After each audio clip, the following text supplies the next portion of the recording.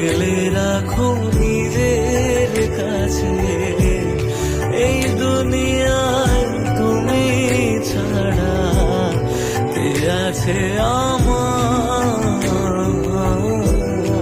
মাগো তুমি জগৎ